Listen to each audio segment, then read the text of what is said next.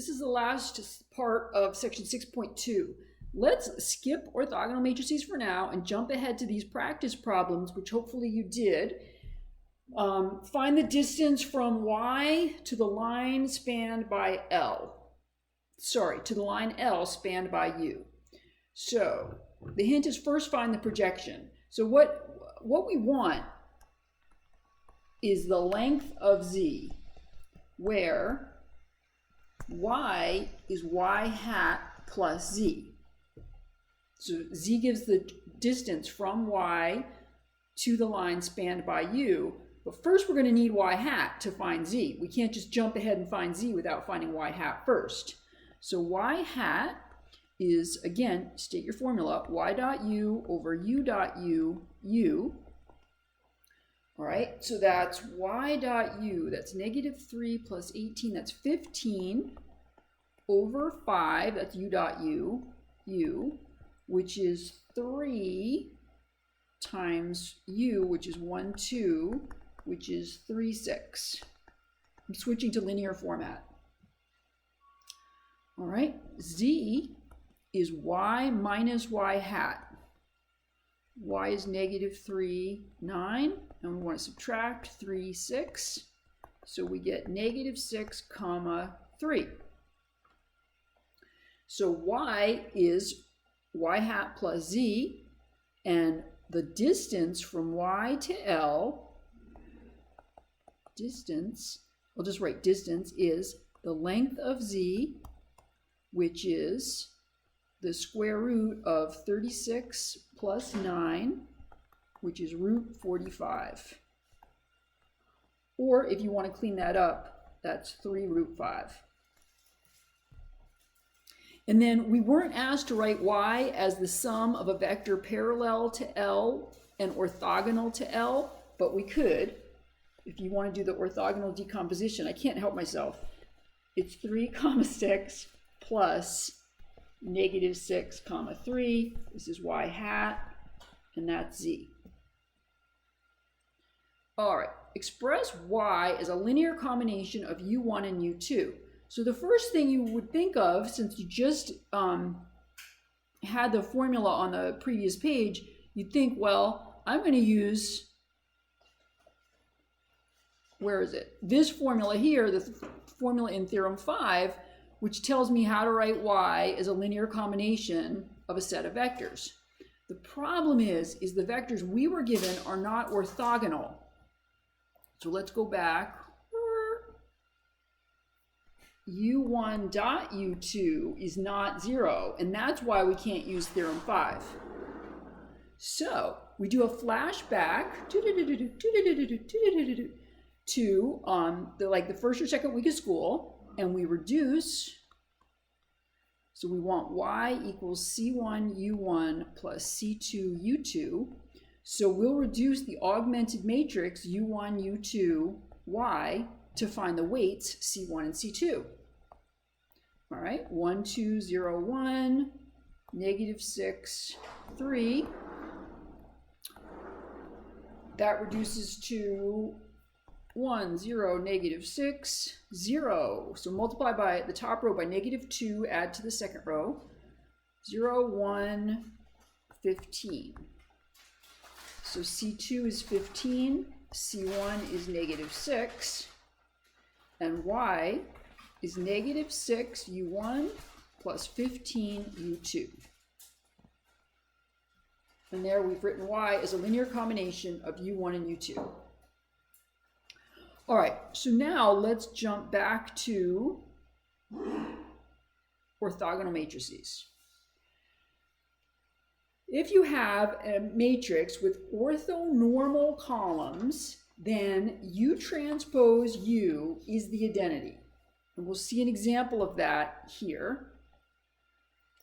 And then Theorem 7 says if you have a matrix with orthonormal columns, remember orthonormal means orthogonal and the length of each vector is 1.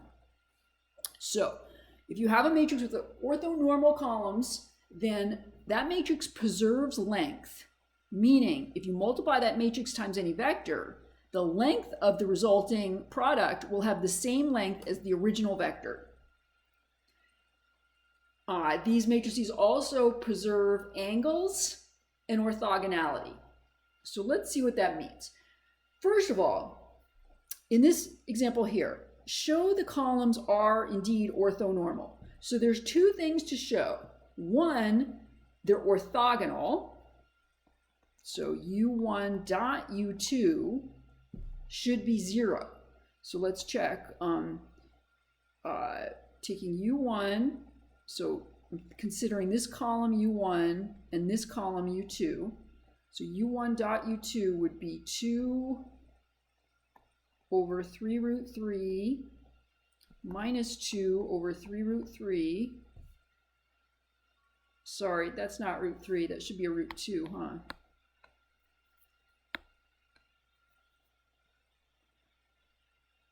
Plus 0, so that is 0. Okay, the second thing we have to show is that the length of u1 and the length of u2 are both 1. So the length of u1 is the square root of each of these entries squared. So 1/2 plus 1/2 plus 0, that's the square root of 1, which is 1. And the length of u2 is square root of 4 over 9 plus 4 over 9 plus 1 over 9, which is the square root of 9 over 9, which is 1. So the columns are orthonormal, and so by theorem 6, U transpose U should be the identity. Let's check it out. So I'm going to write down U transpose. That gives me 1 over root 2. So to get the transpose, you take the columns of U and turn them into the rows of U transpose. So 1 over root 2, 1 over root 2, 0, 2 over 3, negative 2 over 3, 1/3. That's U transpose. And then I'll just copy down U. 1 over root 2, negative 2/3. Sorry, I'm running out of space here. 1/3. All right, so U transpose is 2 by 3. U is 3 by 2. So we're going to get a 2 by 2. All right, so if we take the first row and dot it with the first column, we get 1. That's a good sign. We want to get the identity. So in that next entry on the top row, we want to get 0. We're going to get 2 over root 2 times 3 minus 2 over root 2 times 3. So 0, that's good. And then next entry, 0. And then finally, take this last row and dot it with the last column. You get 4/3 minus 4/3. Uh-oh. We're going to get, 4 over 9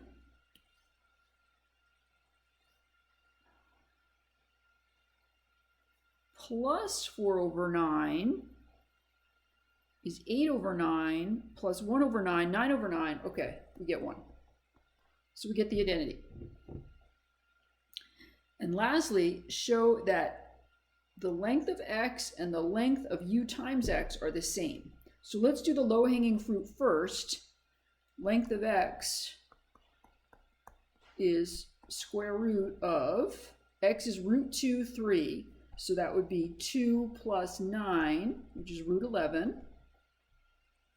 And now before we can find the length of ux, we have to find ux. So ux is 1 over root 2. I should have picked an example with less cumbersome entries. 2 over 3, negative 2 over 3, 1/3, multiplied by root 2, 3.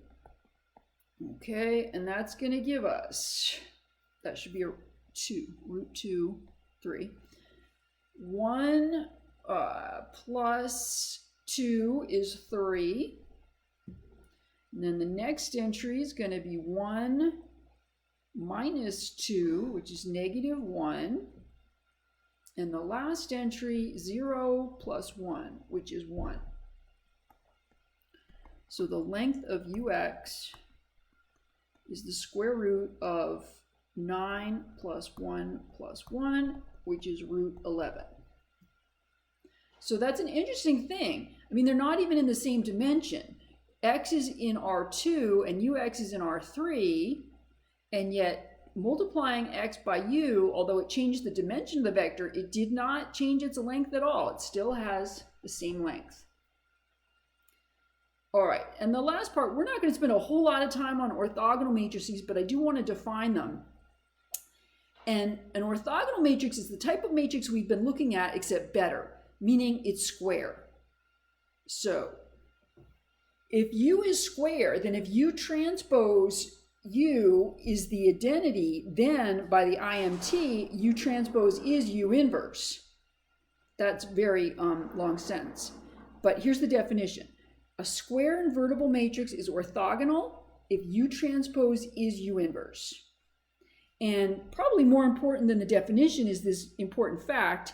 If you have a square matrix with orthonormal columns, it's an orthogonal matrix.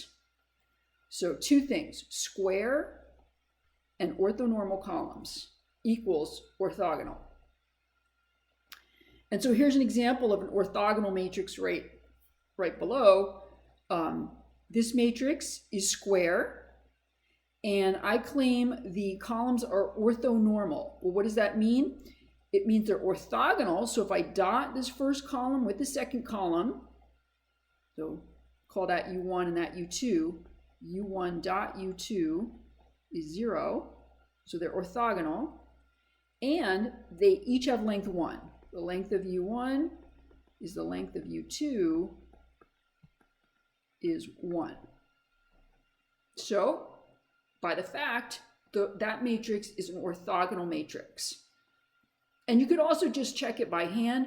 You could actually compute A inverse and show that that's equal to A transpose. And the way you would compute A inverse is with the dancing naked bears formula.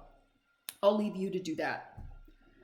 Okay, that's it for section 6.2.